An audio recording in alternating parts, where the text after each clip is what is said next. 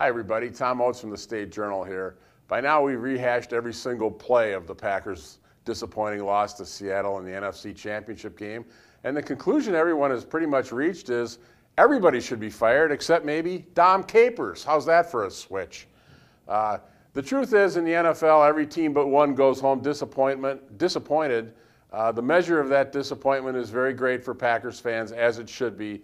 But I think that at this point, we need to look to the future. Nothing's going to change. Enjoy the Super Bowl, but nothing's going to change. So let's look to the future. What do they need?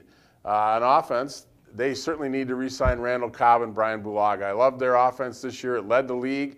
Despite what people think of McCarthy's play calling, it led the league. And if you bring back the starters intact, maybe you just need to add one more piece. And I think that piece is certainly a tight end who can really threaten defenses deep and run. Richard Rodgers made strides this year as a rookie, but they need a number one stud tight end. And to me, that would alleviate a lot of the issues with the Packer offense, especially in the red zone. On defense, they're going to need to re-sign a couple of players. They have a bunch of free agents. They're going to need to sign one of their free agent nose tackles and one of their free agent corners, but their big need is inside linebacker. They need to get they tried to last year. They love C.J. Mosley from Alabama, who had a great rookie year. They need to get that kind of a linebacker who can run and make plays, put him next to Sam Barrington, get Clay Matthews back outside where he belongs, and I think it would really, really help the defense.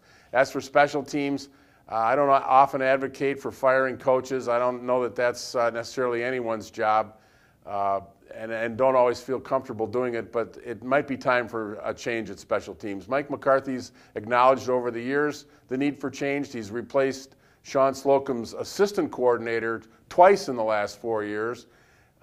But the two special teams blunders that cost them the game, I think one was on coaching.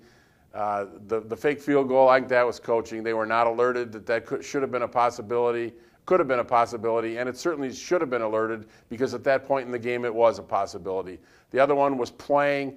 Brian Bostic simply didn't do his assignment. That's on the player, and in a way it's also on the coach. I just wonder if maybe the special teams players and the players in general have tuned out Sean Slocum after all these years, and maybe if nothing else, that's the reason they certainly need a change. Overall, I think the Packers are a good team. They're an elite team. They played evenly or beat the two teams that are in the Super Bowl. They need some tweaks. They need to get better, but they're on the right path.